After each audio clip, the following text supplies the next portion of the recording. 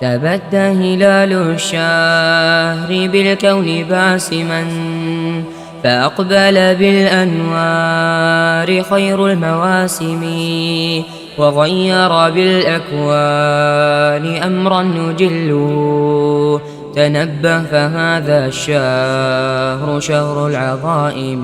بسم الله الرحمن الرحيم. الحمد لله رب العالمين والصلاة والسلام على نبينا محمد وعلى آله وصحبه أجمعين وبعد. Biz sizlar bilan Ramazon oyiga taalluqli bo'lgan bir kitobni dars qilib borar ekan edik. Bu kitobimizning nomi Al-Muxtasarul Mufid fi Ahkami Siyam va Adabil Aida deb nomlangan kitob edi. Xo'p, biz yetib kelgan mavzuyimiz mana 3-bahsga yetib keldik. Ya'ni asosiy bu yerda gaplashadigan mavzuyimiz Ramazon oyini qanday kutib olinadi? Ya'ni qanday bo'lishimiz kerak biz Ramazon oyida? Qanday kutib olishimiz kerak va nimalar qilishimiz kerak? Shunga taalluqli bo'lgan mavzularni aytib o'tiladi. Xo'p, qarang, Ramazon oyi bu muborak bo'lgan oy. Ramazon oyida ajr, mukofotlar, ya'ni o'qigan Qur'oningizga yoki bo'lmasa o'qigan namozingizga ajrlar ko'p barobar beriladi. Alloh subhanahu va taolo mana bu Ramazon oyini solih bo'lgan insonlar Allohning roziligiga musobaqa qiladigan bir mavsum qilib qo'ygan. Xuddi bir mavsum bu. Allohning roziligiga, Allohning rozi qilgan narsalarga solih insonlar shoshilsa bo'ladigan bir o'rin. Musulmon kishiga Ramazonni go'zal suratda kutib olish kerak bo'ladi. Nimaga desa, Ramazonda yaxshiliklarni qo'lga kiritishi uchun va hamda Ramazonning xususiyatlari bilan xursand, baxtli bo'lishi uchun. Endi mana bu oy demak nima bilan qarshi olinish kerak? Birinchi navbatda mana bunday fazilatli oyda biz qarshi olishimiz kerak bo'lgan narsalarning ichida birinchisi sodiq bo'lgan, ochiq tavba bo'lish kerak bo'ladi. Masalan, ba'zi bir gunohlarimiz, kamchiliklarimiz bo'lsa, ya'ni bo'ladi o'zi zotan bu, mana shunaqa narsalardan ochiq tavba qilishlik kerak bo'ladi. Siz bilan bizga kerak bo'lgan eng muhim bo'lgan nuqtasi bittasi mana shuda. Ya'ni ochiq tavba qilishimiz kerak. Tavbani bilamiz. Tavba degani mana hadislarda kelgandek, tavba u nadomat. Inson nadomat qilish kerak bo'ladi ya'ni. Ya'ni qilgan gunohlarga nadomat qiladi. Birinchi sharti shu. Ikkinchi sharti qaytib qilmayman deydi mana shu gunohni. Uchinchi sharti inson shu gunohni tark qiladi. Asosiy mana shu 3 ta shart bor. Agar birovda haqqi, shunga o'xshagan gunohlar bo'lsa, hatto g'iybat bo'lsa deydi ulamolar, borib halollik so'rab qo'yish kerak deydi. Demak, mana shu narsalar bor. Demak, sodiq bo'lgan, ochiq bo'lgan tavba qilishlik kerak. Mana ochiq tavba bor ekan. Xo'p, ikkinchi navbatda ota-onaga yaxshilik qilish. Ota-onaga yaxshilik qilishni ham mana ko'pchilik bizda alhamdulillah ota-onasiga yaxshilik qiladi. Mana shu narsani kanda qilmaslik kerak. Haqiqatda mana shu holatda davom etish kerak bo'ladi. Alloh taolo o'zi davomli qilsin inshaalloh. Xo'p, endi 3-navbatda ba'zi bir husumat, kim bilandir masalan arazlashib, janjallashib, talashib yurgan bo'lsangiz, ana shu husumatni to'xtatish. Qarang, mana shu narsa ham juda ham muhim. Ya'ni oilaviy masalalarda bo'ladi ko'pincha. Oilada masalan er-xotin bir-biriga haligi nima deydi, qovoq tumshuq qilib yuradi. Endi mana shu holatlar bo'lsa, bu holatlarni to'xtatish kerak-da. Demak, qovoq tumshuq holatini to'xtatish kerak bo'ladi. Mana shu narsani nima deb turib aytiladi? Buni katta bir fazilat deb aytiladi. Mana shu Ramazonda qilish kerak bo'lgan o'zi narsalardan bu. Chunki mana bu narsani qilsangiz, Alloh taolaning rahmati sizga yog'ilishini bitta sabablaridan-da. Allohning rahmati sizga kelishini to'sib qoladigan bitta monelardan shuki, inson o'zaro birovlar bilan husumat qilib yuradigan bo'lsa va o'zi bilan birodarlarning o'rtasida shunaqa gina kudrat bo'ladigan bo'lsa, ana shu narsalarni to'xtatish kerak bo'ladi ya'ni. Shunali-ya, ana shu narsalarni to'xtatish kerak bo'ladi. Mana shu bizga kerak bo'lgan muhim bo'lgan nuqta mana shu ya'ni. Xo'p, keyin ro'zani ahkomlarini ta'lim olish. Mana shu narsalarni ta'lim olib, mana Ramazon oyiga o'zi kirib kelish kerak. Endi biz mana endi yaqinda boshladik darsimizni. Endi mana shu mavzularda ta'lim olamiz. Xo'p, endi ochiq tavba deganda nimani tushunishimiz kerak? Hozir mana shu narsalarni bizga oz-moz ishora qilib bergan. Xo'p, qarang, demak mana bunday ulug' bo'lgan oyni sodiq bo'lgan, xolis, ochiq tavba bilan qarshi olishimiz kerak bo'ladi. Har bir gunohdan tavba qilish vojib. Agar u gunoh banda bilan Allohning o'rtasidagi ma'siyat bo'ladigan bo'lsa, insonning haqqiga taalluqli bo'lmasa 3 ta shart bo'ladi. Yuqorida aytib o'tdik o'zi buni. Birinchi sharti inson ma'siyatni tark qilish kerak. Ma'siyatni qilishda davomli bo'lmaslik kerak bo'ladi. Ikkinchi sharti, mana bu gunohni qilganligiga nadomat qilish kerak bo'ladi. Uchinchi sharti, ma'siyatga, mana shu gunohga hech qachon qaytmaslikka azm qaror qilishi. Agar bordi-yu bu gunoh insonni haqqiga, odamga taalluqli bo'lsa, uni 4 ta sharti bor. 4 ta sharti bor. Endi yuqorida mana 3 tasini aytib o'tdik. Demak, ma'siyatni tashlaydi, nadomat qiladi, qaytib qilmayman deydi. Mana shu 3 ta bo'ldi. Va 4-chisida, agar birovda haqqi bo'lsa, ana shu haqni egasini borib, haqni egasidan halollik so'rab qo'yish kerak bo'ladi. Ya'ni uni haqni egasidan, demak, halollik so'rab qo'yish kerak. Agar mabodo bir moli dunyoni olib qo'ygan bo'lsa, birovni yoki bir narsasini olib qo'ygan bo'lsa, uni qaytarib berish kerak bo'ladi. Agar tuhmat qilib qo'ygan bo'lsa, ya'ni tuhmat qilgan bo'lsa, masalan, sen zinokorsan deb qo'ygan bo'lsa, shu ma'nodagi so'zlarni aytgan bo'lsa, borib unga halollik so'rab va yana xohlasang meni jazolab ol deb o'zini ya'ni qo'yib berish kerak bo'ladi. O'sha jazolashiga. Mana bu narsani ulamolar nima deydi? Ya'ni mana bu narsani qazf haddi deb aytiladi. Qazf haddi 80 darra bo'ladi. Tushunali? Qarang, makkanahu minhu, ya'ni mayli meni urib ol deb oldiga qo'yib berish kerak. Uni urib olsa urib oladi. Av talaba avfahu, yoki uni afusini talab qilish kerak. Ya'ni mayli endi rozi bo'lgin deb qo'yish kerak. Mabodo g'iybat bo'lsa halollik so'rab qo'yish kerak deb aytyapti. Qarang, g'iybat bo'lsa halollik so'rab qo'yish kerak. Ya'ni afuni va kechirishni talab qilish kerak bo'ladi. Agar mana bu shartlarda birontasi yo'q bo'ladigan bo'lsa, tavbasi sahih bo'lmaydi. Tushunali? Tavbasi sahih bo'lmaydi. Tavba demak, u osiy bo'lgan, gunohkor bo'lgan odamlarning o'ziga cheklanib qolmaydi. Demak, tavba qarang, gunohkor bo'lgan, osiy bo'lgan odamlarning o'ziga cheklanib qolmaydi, balki har bir musulmon kishiga Allohga tavba qilishi vojib. Shuning uchun ham Alloh subhanahu va taolo tavbaga buyurgan mahalda mo'min bo'lgan bandalarini tavbaga shunday deb buyurdiki: "Ya ayyuhallazina amanu tubu ilallohi tawbatan nasuha." Ey iymon keltirganlar, sizlar Allohga ochiq tavba qilinglar deb turib aytdi. Qani, ochiq tavba qilinglar deb aytdi. Va yana Alloh taolo va tubu ilallohi jami'an ayyuhal mu'minuna la'allakum tuflihun. Ey mu'minlar, Allohga hammalaring tavba qilinglar, shoyat najot topsalaring deb mana ochiq oyatda keldi.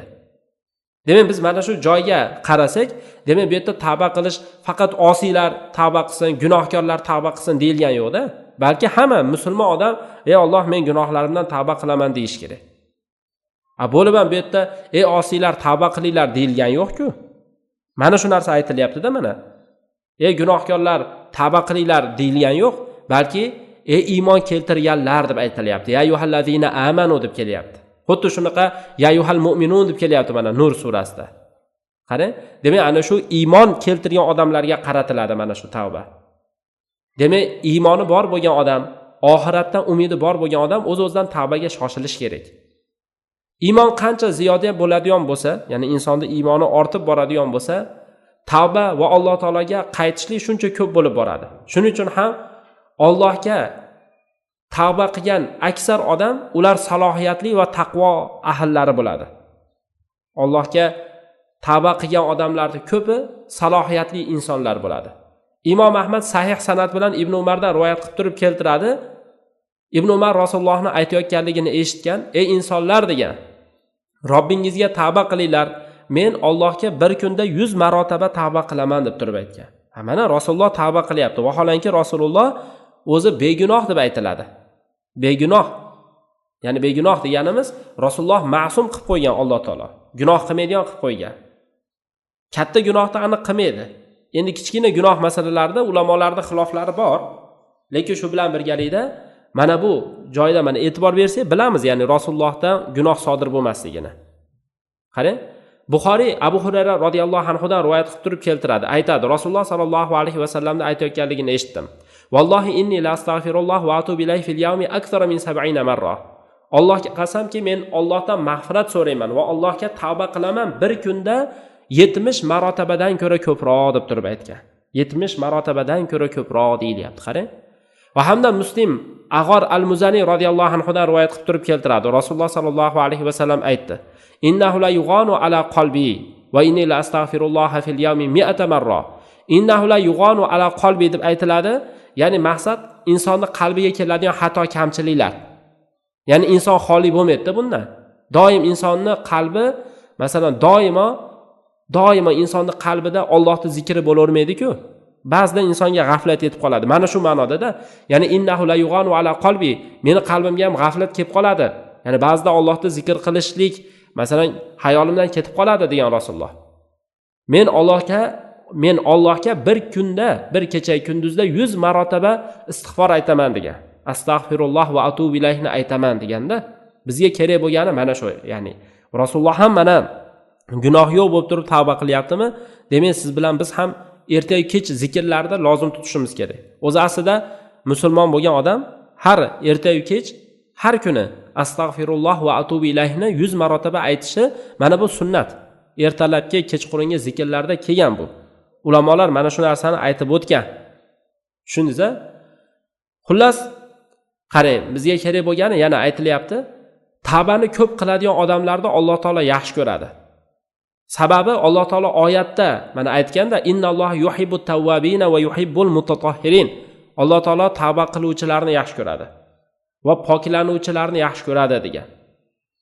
Demak, Robbisini toatida suskash bo'lgan inson, namozda beparvo bo'lgan, bomdod namozida suskash bo'lgan inson, ma'siyatlarni ochiqcha qiladigan inson, Alloh harom qilib qo'ygan narsalarga ko'zini qaratadigan inson, ko'p gunoh qiladigan odam, Robbingga qayt. Ramazon keldi. Bu rahmat, mag'firat, jahannamdan ozod bo'lish oyat. Muslim Abu Musa radhiyallohu anhu dan rivoyat qilib keltiradi. Payg'ambar sallallohu alayhi va sallamdan Rasululloh aytadilar, Alloh azza va jalla kech paytda qo'lini ochadi. Ya'ni maqsad bu yerda tavba eshiklari ochiq ekaniga ishora bor. Nimaga Alloh taolo kech paytda qo'lini ochadi? Kunduzida gunoh, ma'siyatlarni qilgan odamni tavbasini qabul qilish uchun. Mana kunduzidagi gunohkor tavba qilish uchun. Va Alloh taolo kunduzida qo'lini yoyadi, ya'ni ochadi kunduzida. Kech paytda xato qilgan odam tavba qilish uchun. Hatto quyosh botgan tarafidan chiqqunigacha shu holat davom etadi. Ya'ni bu degani tavba eshiklari ochiq to quyosh botgan tarafidan chiqqunigacha. Quyosh agar botgan tarafidan chiqadigan bo'lsa, bo'ldi, tavba eshiklari yopiladi. Demak, tushunarli mana. Tavba qilishlikka hozir ishora qildik. Demak, Ramazonni biz mana shunday qarshilashimiz kerak. Mana shunday kutib olishimiz kerak va shu bilan birgalikda mana hozir Ramazon oyidamiz va bosh kunlaridamiz. 2-kun bugun. Mana shu narsalarda mana davom etish kerak. Xo'p, xullas, ota-onaga yaxshilik qilish masalasi. Ota-onaga yaxshilik qilish ham ota-onaga oq bo'lishdan qattiq bizga ogohlantirish kelgan. Chunki oq bo'lishlik u ibodatni qabul bo'lmaslik sabablaridan.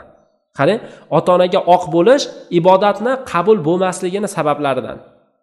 Ibn Abi Asim rivoyat qilib keltiradi, sahih sanad bilan Abu Umoma radhiyallohu anhu dan Rasululloh sallallohu alayhi va sallam aytdi. Salasatun, 3 ta narsa bor. Alloh ularni sarfini ham, adlini ham qabul qilmaydi degan. Ya'ni sarf va adldan maqsad sarf tavba deyiladi. Yoki bo'lmasa nafl degan so'z ham bor. Tushunali-ya? Ya'ni nafl ibodatini ham qabul qilmaydi, farzini ham qabul qilmaydi deb ma'no bersak bo'ladi. Yoki bo'lmasa naflini ham qabul qilmaydi, ana shu farzini ham deb aytishni o'rniga yana boshqacha bir so'z aytsak bo'ladi. Ya'ni tavbani ham qabul qilmaydi, fidyani ham qabul qilmaydi desak bo'ladi. Ya'ni masalan, tavba qilsa, tavbasini ham qabul qilmaydi, yoki bo'lmasa bir narsa mana kafforat o'laroq bir narsa berib qo'ysa, uni ham qabul qilmaydi deganida. Tushundingiz-a? Demak, mana 3 ta odam borki, farzi ham, nafli ham qabul bo'lmaydi deb tarjima qilsak bo'ladi. Yoki bo'lmasa tavbasi ham, fidyasi ham qabul bo'lmaydi. Kim? Birinchisi mana oq bo'lgan odam. Ota-onasiga oq bo'lgan odam. Ikkinchisi mannon. Nima degani mannon? Mannon degani minnatchi. Bir narsani bersa illo minnat qiladi. Minnat qiladi degani. Va hamda qadarni yolg'onga chiqargan odam. Qadarni yolg'onga chiqargan odam. Qarang. Demak, bu yerda bu hadis tushunarli. Ya'ni mana sharhida aytilyaptiki, ya'ni Alloh ularni tavbasini ham qabul qilmaydi, naflni ham qabul qilmaydi, farzini ham qabul qilmaydi, fidyasini ham qabul qilmaydi degani. Tushunarli-ya? Va hamda ota-onaga itoat qilish vojib bo'ladi. Demak, ota-onaga itoat qilish vojib bo'ladi. Nima narsada desa, zarar va ma'siyat bo'lmagan, har qanday muboh bo'lgan narsalarda. Demak, hozir e'tibor bering, ota-onaga itoat qilish vojib ekan. Nima narsada? Muboh bo'lgan narsalarda. Ya'ni zarari yo'q. Masalan, aytaylikki, ota-onangiz g'iybat qil desa yoki aroq ich, sigaret chek desa, itoat qilmaydi, chunki zarar bor bunda. Ham ma'siyat. Demak, zarar va ma'siyat bo'lmagan narsalarda nima deyiladi? Mana itoat qilinadi, vojib bo'ladi. Va hamda va kana lahum fihi gharadun sahih. Va hamda bir ishga buyursa, ota-onani sahih bir maqsadi bo'ladigan bo'lsa, shu narsada itoat qilish kerak bo'ladi. Masalan, doktorga olib borib kel desa, itoat qilish kerak bo'ladi va hokazo. Endi harom bo'lgan oqlik, ya'ni oqlik bu harom. Qanaqa narsa masalan? Aytaylikki, mana buni misoli ota-onaga aziyat beradigan narsani qilish. Ya'ni har qanday bir ish bo'ladi. Masalan, bo'yningizda vojib bo'lmaydi. Ya'ni demak, vojib bo'lmagan har qanday ishki ota-ona aziyat chekadi yoki ota-onani bittasi aziyat chekadi. Demak, bu hazlakam narsa emas. Oson emas bu. Demak, mana shu narsada inson oq bo'lib qoladi. Va yana aytiladiki, oqlik ota-onaga mana itoat qilishlik vojib har bir ma'siyat bo'lmagan narsada. Endi ularni mana shunaqa ma'siyat bo'lmagan narsada ularning buyrug'iga xilof qilish oqlik deb ham aytilgan. Ancha-muncha so'zlar bor ya'ni. Xo'p, yana bitta so'zda aytiladiki, ya'ni harom bo'lgan ota-onaga oq bo'lishlik, u ota-onaga aziyat berish yoki bo'lmasa ota-onani bittasiga aziyatli turlari bilan, aziyatli turlardan qaysi biri bilan bo'lsa ham aziyat berish. Oz bo'lsin, ko'p bo'lsin farqi yo'q. Undan qaytarsin, qaytarmasin farqi yo'q deganida. Demak, ota-onaga oq bo'lishlik ma'nosi mana shu ekanda. Yoki bo'lmasa ikkalasini bittasiga oq bo'linadi. Va yana aytilar ekanki, harom bo'lgan oqlik bu ota-onaga aziyat berish yoki ota-onani bittasiga aziyatni qanaqa turi bilan bo'lsa ham aziyat berish, mana bu oqlik deb aytilgan. Oz bo'ladimi, ko'p bo'ladimi, qaytarilganmi, qaytarilmaganmi farqi yo'q. Ya'ni nahaya anhu avlam yunhaya deb aytilyapti, avlam yanhiya deb aytilyapti, ya'ni qaytarsin, ota-ona qaytarmasin farqi yo'q deb aytiladi, ya'ni. Tushundingizmi? Mana shu ma'noda. Xo'p, xullas yana aytilyaptiki, av yuxolifhuma yoki masalan bir inson yuxolifhuma ota-onaga xilof qilsa, nimada? Ya'ni ota-ona buyurgan yoki qaytargan narsada. Ya'ni ma'siyat bo'lmasligi sharti bilan-da, gunoh emas, ma'siyat emas. Ya'ni mana shu ma'siyat bo'lmasligi sharti bilan mo' ishni qilib qo'y dedi. Masalan, choy damlab ber dedi. Ya'ni mubohmi? Muboh. Choy damlab ber deyapti. Demak, ma'siyat bo'lmagan narsa bo'lish sharti bilan masalan buyursa yoki qaytarsa, ana shu narsada misol uchun siz ularga xilof qiladigan bo'lsangiz, mana shu narsa ham oqlik deb aytiladi. Qarang, masalan, oddiy choy damlab ber desa, choy damlab bermasingiz. Ota-onaga oq bo'lishda bitta suratlari mana shu-da. Demak, mana bu narsalarga e'tibor bersiz, inson anchagina bir qo'rqib qoladi-da, ya'ni. Hayron qolasiz, ya'ni. Haqiqatda ham ota-onaga oq bo'lish hazlakam narsalarda bo'lib qoladi-da. Xo'p, xullas. Yana aytilyaptiki, va amma faddul hisom. Ammo masalan, ba'zi bir insonlarning o'rtasida, masalan, birodarlarning o'rtasidagi, masalan, gina kudratlar yoki bo'lmasa er-xotinning o'rtasidagi, masalan, kelishmovchiliklar, mana shunaqa holat bo'lsa ham mana shu narsani ham to'xtatish kerak. Mana bo'lib ham Ramazon oyida o'zi doim to'xtatish kerak bu narsalarni. Bo'lib ham Ramazon oyida-da. Chunki husumat, bunaqa janjallashlik, bunaqa narsalar va hamda bunaqa o'rtadagi haligi nima deyiladi, adovatlar, bular Allohni mag'firatini to'sishlik sabablaridan deb e'tiborga olinadi-da. Allohning mag'firati to'silib qoladi insondan. Qarang, mana Muslim Abu Hurayradan rivoyat qilib turib keltiradi. Rasululloh sallallohu alayhi va sallam aytdi: "Tu'radul a'malu fi kulli yawmi khamisin va ithnayni." Butun amallarda hammasi dushanba va payshanba kunida tu'roz degani ko'ndalang qilinadi. Ko'ndalang qilinadi. Alloh subhanahu va taolo tushunali, ya'ni maqsad bu yerda ko'ndalang qilinadi degani, ya'ni butun amallar dushanba va payshanba kunida Allohga ko'rsatiladi, namoyon qilinadi. Fayaghfirullohu azza va jalla fi zalikal yawmi likulli imrin. Alloh taolo mana bu kunda har bir kishini, ya'ni Allohga biror bir narsani sherik qilmagan har bir kishini gunohini kechiradi. Illo bir kishini gunohini kechirmaydiki, ana shu inson bilan birodarning o'rtasida kelishmovchilik bo'lsa degan, qarang. Shahno bo'lsa deb aytilganda, shu adovat, shunaqa husumat bo'lsa. Mana shunda aytilar ekanda, qarang. Urku hadayni, ya'ni mana shu ikkitasini tep qo'yinglar. Qo'yib qo'yinglar bularni holatiga. Ya'ni to'xtatib turinglar bularni. Ya'ni bularning gunohi kechirilmay tursin deganida. Tushundingiz-a? Bularning gunohlari kechirilmay tursin degan ma'noda, ya'ni. Hattoki bular ikkalasi kelishib olsin deb 2 martalab aytilgan. Ya'ni bu degani kelishib olsin degani shu sulhga, o'rtadagi muhabbatga qaytib kelsin bular. O'zaro kelishib olsin. Demak, mana shu hadisda mana shahna deb aytilyapti-da.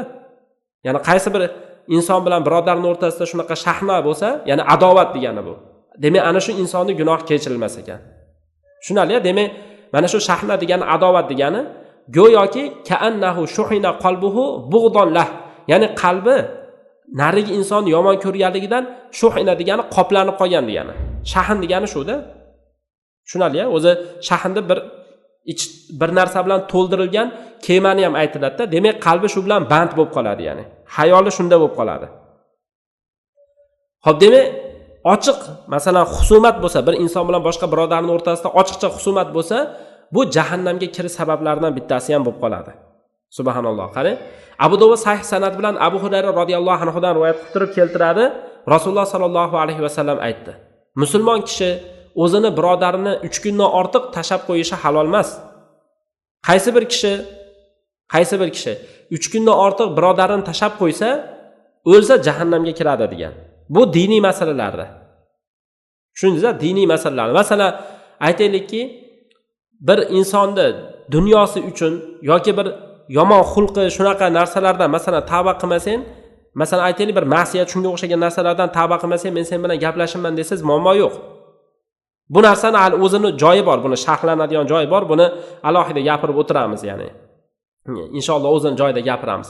Xo'p, xullas Muslim Abu Ayyub al-Ansoriydan rivoyat qilib turib keltiradi. Rasululloh sallallohu alayhi vasallam aytdi: Musulmon kishiga o'zini birodarini 3 kundan ortiq tashab qo'yish halol bo'lmaydi. Ikkalasi bir-biri bilan ko'rishadi, bittasi teskari qarab ketadi, bunisi teskari qarab ketadi deganda, fa yu'ridu hadha va yu'ridu hadha degan. Qarang, unisi u yoqqa, bunisi bu yoqqa qarab ketadi degan. Xo'p, xullas, va khayruhuma alladhi yabda'u bis-salam. Eng yaxshisi salomni boshlagani bo'ladi deb turib aytilgan. Eng yaxshisi mana shu bo'ladi deyilganda, tushundingiz-a? Mana shu ma'noda, ya'ni.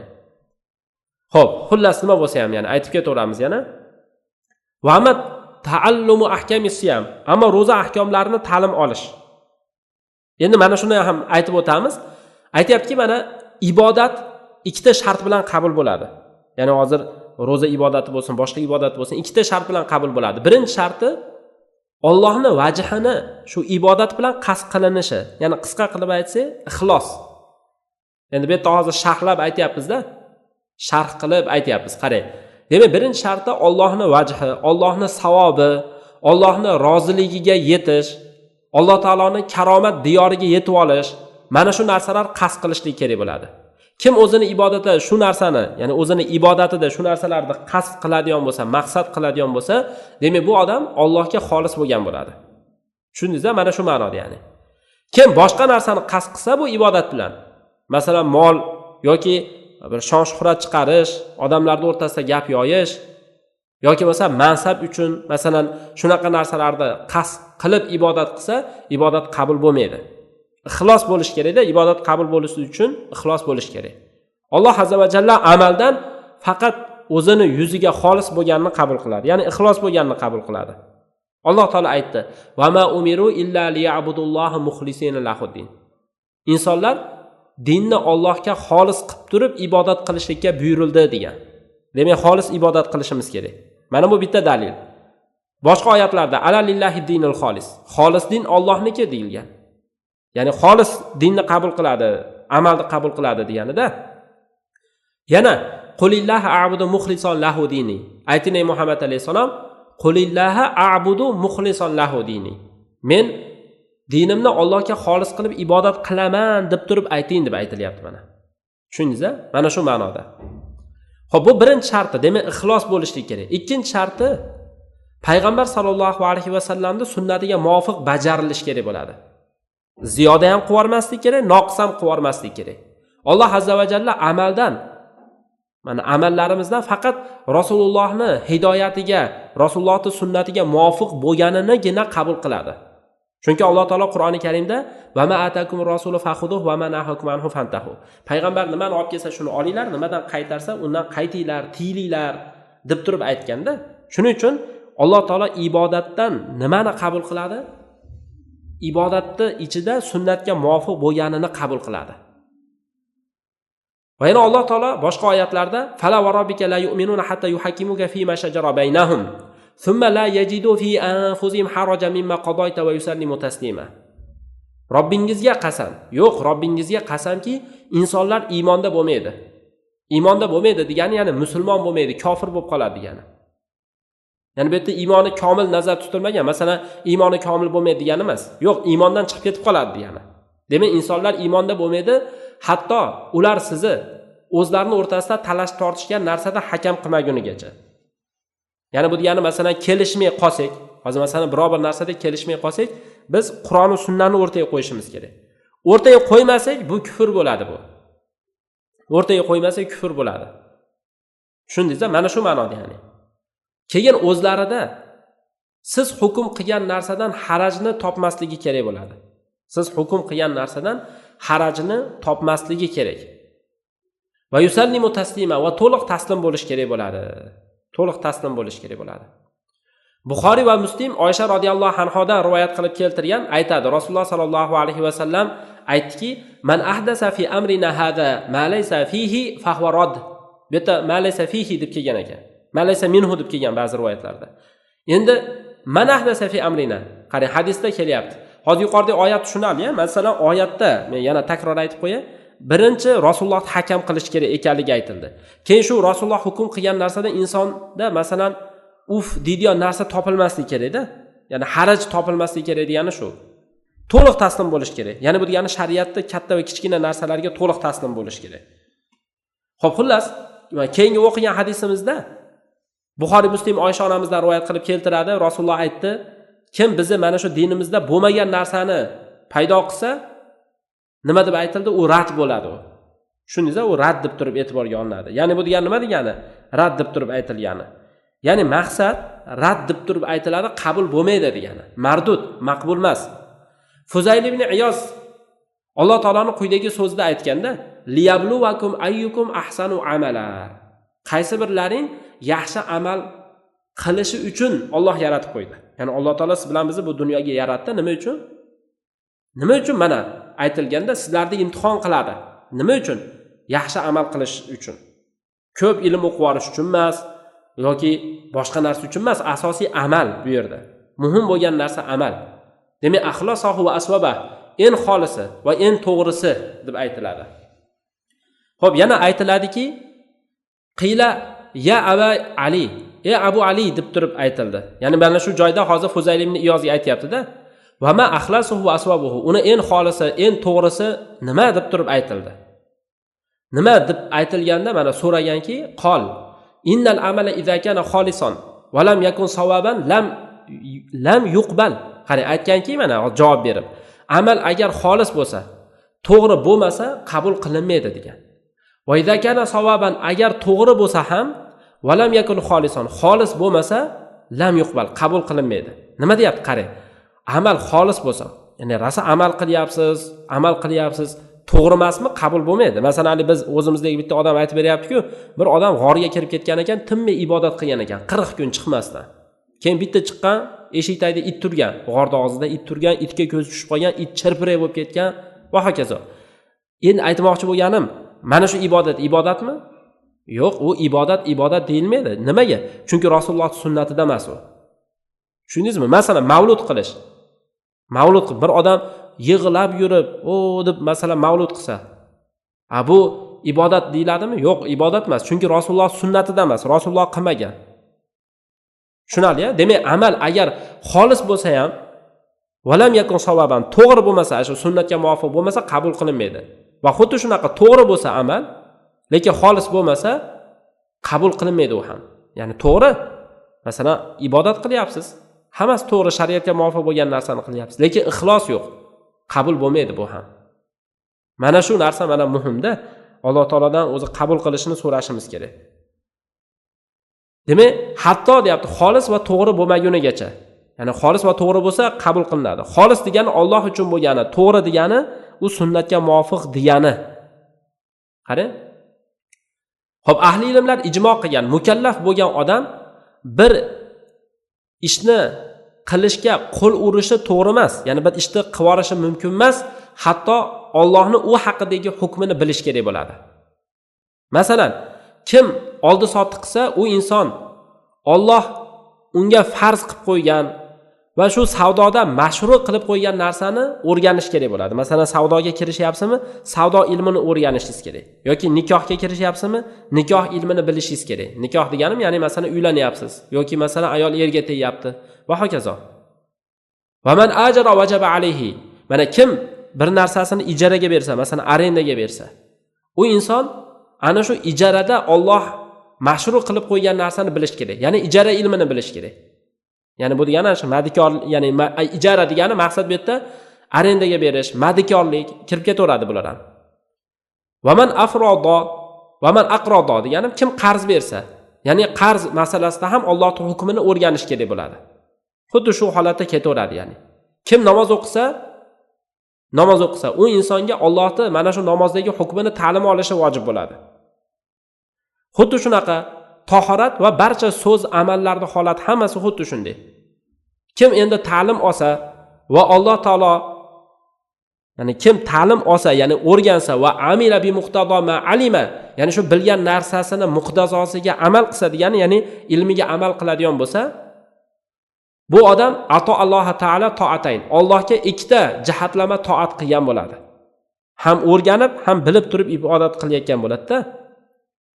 Kim endi bilmasa va amal qilmasa, Allohga ikkita ma'siyat qilgan bo'ladi. Ham bilmayapti, amal ham qilmayapti. Kim bilsa, amal qilmasa, ya'ni bu degani bilyapti, lekin ilmining natijasiga amal qilmasa deyapti mana. Ya'ni ilmiga amal qilgan yo'q. Bu odam Alloh taologa bitta itoat qilgan bo'ladi va bir jihatdan osiy bo'lgan bo'ladi. Ya'ni bir jihatdan toat qildi, ilm oldi, yo'qdi, ilm oldi, lekin ikkinchi jihatdan bo'lsa, yo'q qilmadi u mana shu narsani. Shundingizda, demak mana shu joyda siz bilan bizga mana kerak bo'ladiki, demak biz hozir Ramazon oyidamizmi? Roza ahkomlarini bilib olishimiz kerak. Endi roza ahkomlari haqida gapiramizda. Roza ahkomlari haqida endi gapiramiz. Mana shu roza ahkomlari bo'ldi, bu yoq boshlanadi mana. Al-faslul avval, birinchi fasl roza ahkomlari. Unda 10 ta masala bor. Birinchi masala rozani ta'rifi, ikkinchisi rozani hukmi va hokazo mana shu mavzular haqida gapirib ketaveramiz. Endi bular haqida kelasi safar darsimizda gaplashamiz. Chunki bular ko'pincha ma'lum bizga, eshitganmiz, bilamiz va tezda aytib ketaveramiz. Illo ba'zi bir masalalarda, misol uchun aytaylikki, masalan rozani ochadigan zamonaviy bo'lgan narsalar bor. Hali shularni to'xtab o'tamiz. Inshaalloh men bunaqa narsalarda yana harakat qilaman. Ba'zi narsalarni yozib chiqarishlikka harakat qilaman. Xosatan masalan burunga sepadigan spreylar masalan rozani ochadimi yo'qmi? Mana shu narsadagi ulamolar so'zlarini aytib o'tishga harakat qilaman. Alloh alam, Alloh taolo o'zi mana shu qilayotgan darslarimizda davomli va hamda manfaatli qilgan bo'lsin. Mana shu joyda to'xtaymiz. Vallohu alam.